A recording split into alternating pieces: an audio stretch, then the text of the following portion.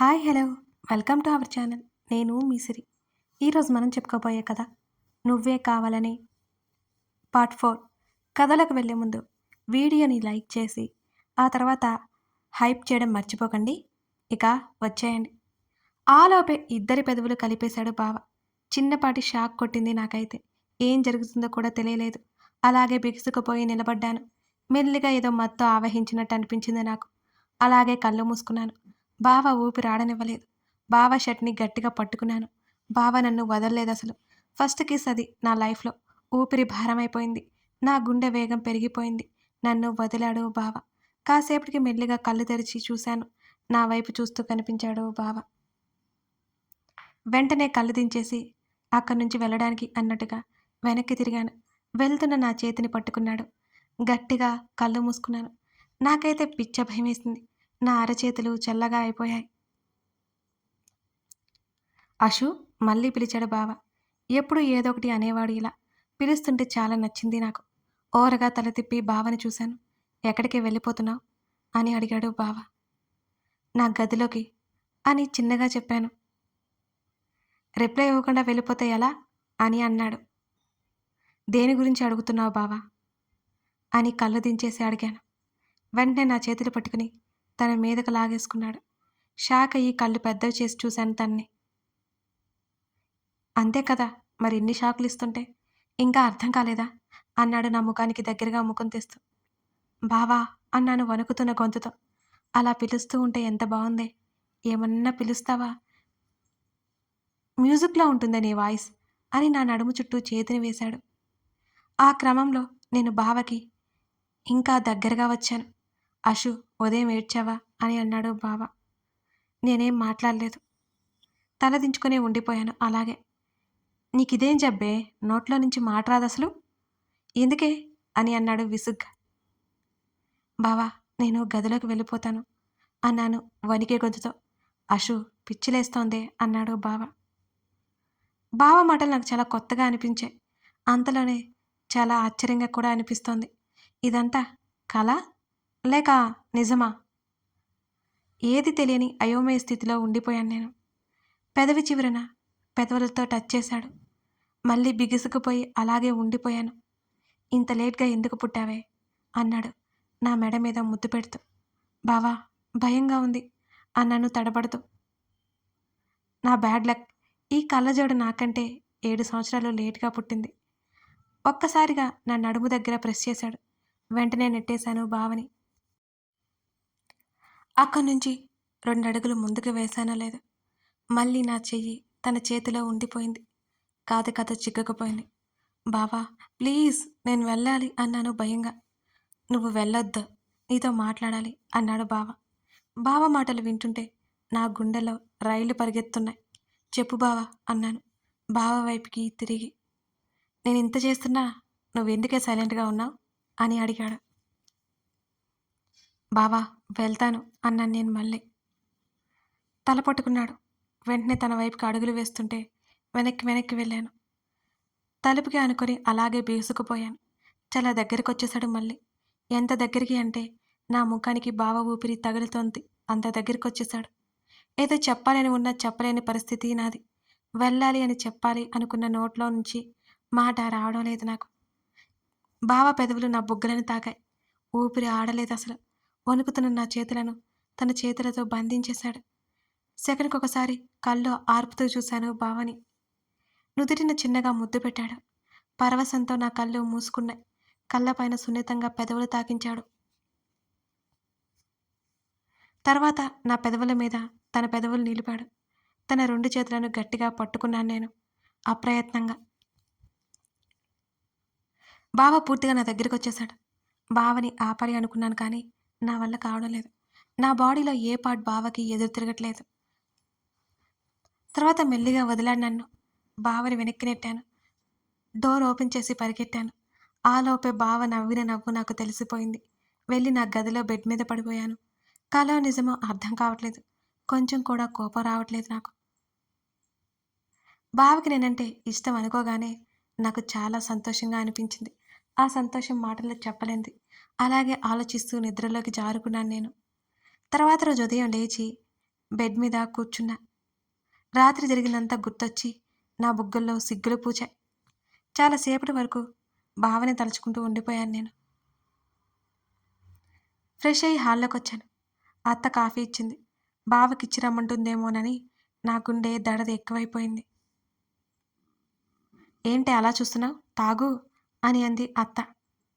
అలాగే అన్నట్టు తల ఊపాను. అమ్మా, కాఫీ. బావ పిలుపు వినిపించింది అక్కడికి. బావకి కాఫీ ఇవ్వాలని ఉన్నా లోపల కంగారు పిచ్చి పిచ్చిగా ఉంది నాలో. అత్తనే బావకి కాఫీ ఇవ్వడానికి వెళ్ళిపోయింది. అత్త ఏదైనా హెల్ప్ కావాలా అని అడిగాను నేను. లేదే, వెళ్ళి హాయిగా టీవీ చూసుకో అని అంది అత్త. నాకు చూడాలని లేదులే అన్నాను. అషు, గార్డెన్లో మొక్కలకి నీళ్లు పెట్టిరావే అని అంది. నేను పదే పదే విసిగిస్తుంటే ఇక వెంటనే గార్డెన్లోకి వెళ్ళిపోయాను. మొక్కలు, వాటి పువ్వులు, చల్లగాలికి మనసంతా హాయిగా అనిపించింది నాకు. వాటిల్లో ఉన్న ముద్దమందారంకి గట్టిగా ఒక ముద్దిచ్చాను. పైప్ పట్టుకుని చాలాసేపటి వరకు అక్కడే గడిపేశాను నేను. అప్రయత్నంగా తల తిప్పి చూసిన నాకు బాల్కనీలో నుంచి బావ కనిపించాడు. కానీ నన్ను చూడట్లేదు తను. బావ చూపులకి తాళలేనేమో అని గబగబా లోపలికి నడిచాను నేను. కాసేపటికి బావ కూడా ఫ్రెష్ అయ్యి వచ్చాడు. మావయ్య కూడా రావడంతో నలుగురం కూర్చొని టిఫిన్ చేయడానికి కూర్చున్నా. నేను బావకి ఆపోజిట్గా టేబుల్ ముందు కూర్చున్నా. తలెత్తితే బావ కనిపిస్తున్నాడని తల కూడా ఎత్తలేదు నేను.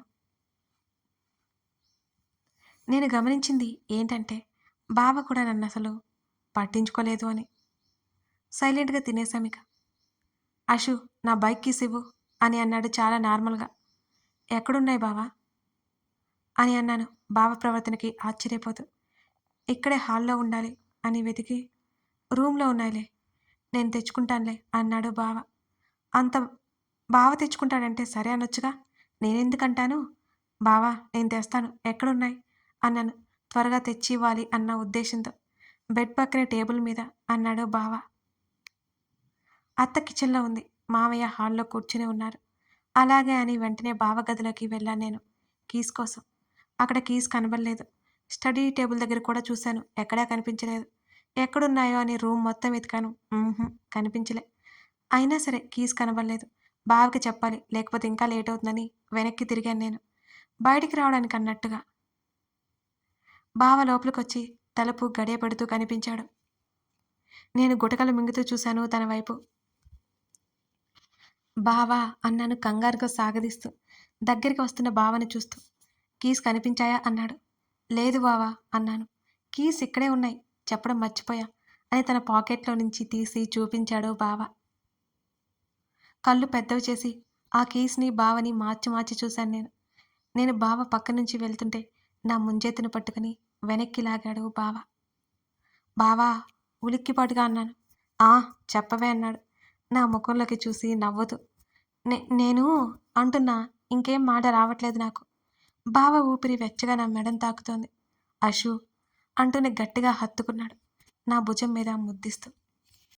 నేను అలాగే బిగుసుకుపోయాను. కాసేపు తర్వాత నన్ను వదిలేసి ఎంచక్కా వెళ్ళిపోయాడు. నేను మాత్రం అక్కడే నిలబడిపోయాను.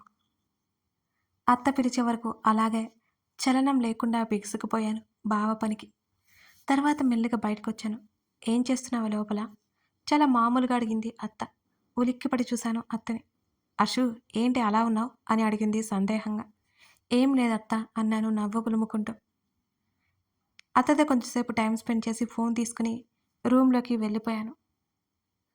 అసలు నిన్నటి నుంచి జరిగిందంతా కలో నిజమో ఇంకా నాకు అర్థం కావడం లేదు. అప్పుడే నా ఫ్రెండ్ సుహాని కాల్ చేసింది. సుహా అన్నాను నీరసంగా. ఆలోపే అది అషు అంటూ గట్టిగా అరిచింది. ఏమైందే, ఎందుకలా అరుస్తున్నావు అన్నాను కసురుకుంటూ దాన్ని. నీకొక గుడ్ న్యూస్ చెప్పాలి అని అంది సుహాని. ఏంటది అన్నాను నేను. సుహా గొంతులో సంతోషం క్లియర్గా కనిపిస్తోంది నాకు. నాకు దర్శన్ ప్రపోజ్ చేశాడే అని అంది నవ్వుకుంటూ. వాట్, నువ్వేం రిప్లై ఇచ్చావు అని అన్నాను కంగారుగా. నేను ఎస్ చెప్పాను అని అంది సుహాని. వెంటనే వీడియో కాల్ చేశాను. అది నన్ను చూసి నవ్వుతూ తెగ సిగ్గుపడిపోతోంది.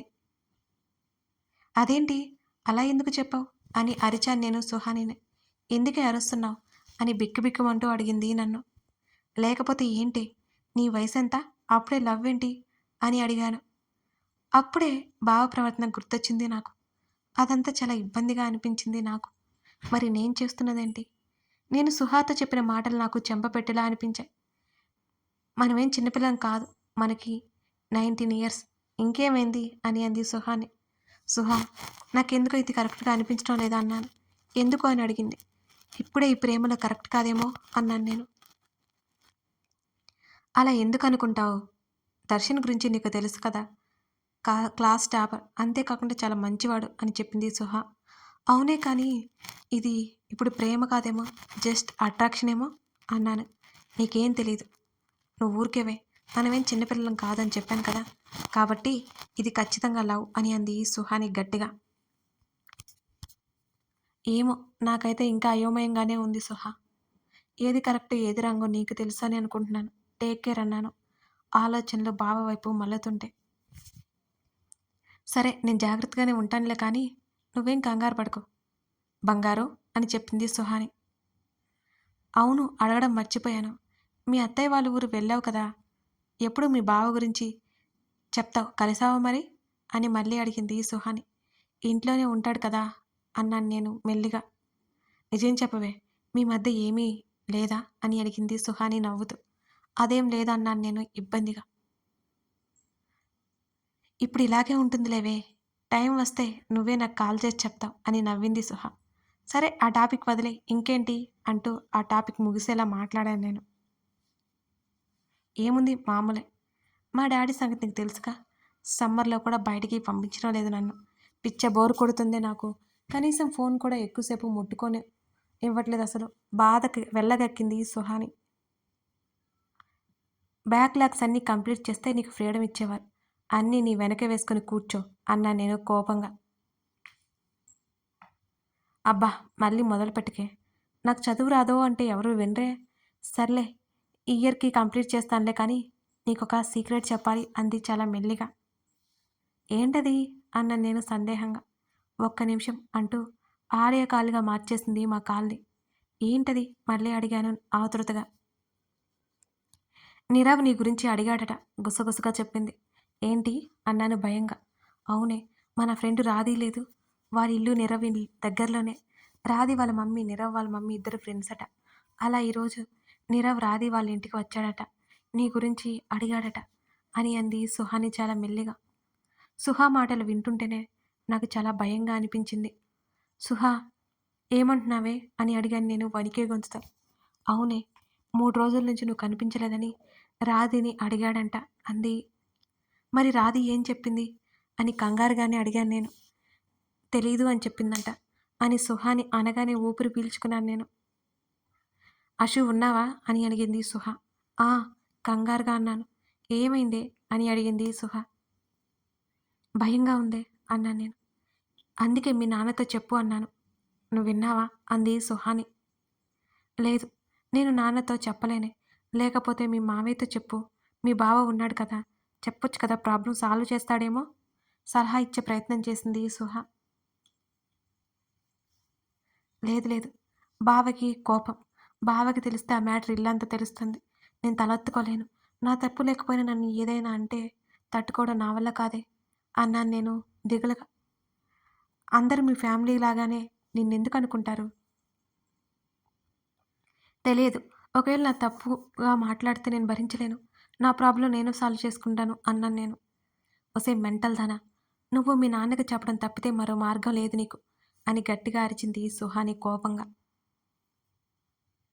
ఆ విషయం వదిలేయ్. నేనిక్కడ ఉన్నట్టు నువ్వు తనకి ఎట్టి పరిస్థితుల్లోనూ తెలియనివ్వకు అన్నాను నేను. నా ముఖమే నమ్మకం.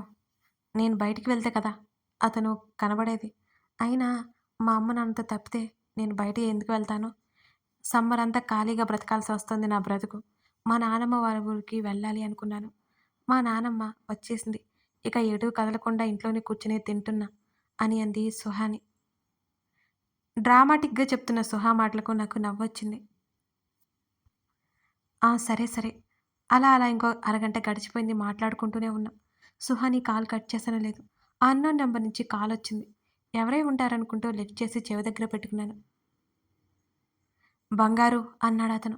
అతని గొంతును బట్టి అతను నీరవ్ అని నాకు అర్థమైపోయింది. వెంటనే నాకు ఒక్కసారిగా భయం వేసింది.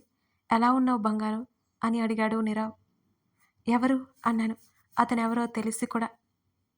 యాక్టింగ్ చేయకు బంగారు. నిన్ను చూసి 3 రోజులవుతోంది. చాలా బాధగా ఉంది. నీ మీద బెంగగా ఉంది. అంటున్న నీరవ్ మాటలు వింటుంటే నాకైతే వణుకొచ్చేసింది. నీరవ్ నంబర్ బ్లాక్ చేశానని మరో నంబర్‌తో నాకు కాల్ చేశాడు. వెంటనే కాల్ కట్ చేశాను. ఆ నంబర్‌ని బ్లాక్ చేశాను. మళ్ళీ నీరవ్ నుంచి కాల్ వస్తుంది నాకు. నాకు గుండె దడ పెరిగిపోయింది. మిగిలిన కథ తర్వాత. ఇదన్నమాట సంగతి. మరి ఈ నీరవ్ ఎవరు? అతని గురించి ఎందుకు అశోక అంత భయపడుతుంది? తెలుసుకోవాలి అంటే మన కథను మీరు ఫాలో అవ్వాల్సింది. ఇంతకీ నువ్వే కావాలని ఈ సిరీస్ మీకు నచ్చుతోందా? నచ్చిందనే అనుకుంటున్నాను. ఇంకా కొత్త కొత్త ట్విస్టులతో సూపర్‌గా ఉంటుంది. అస్సలు మిస్ చేయొద్దు. మీకేమనిపించిందో కామెంట్ చేసి లైక్ చేయడం అస్సలు మర్చిపోవద్దు. Thank you for watching this.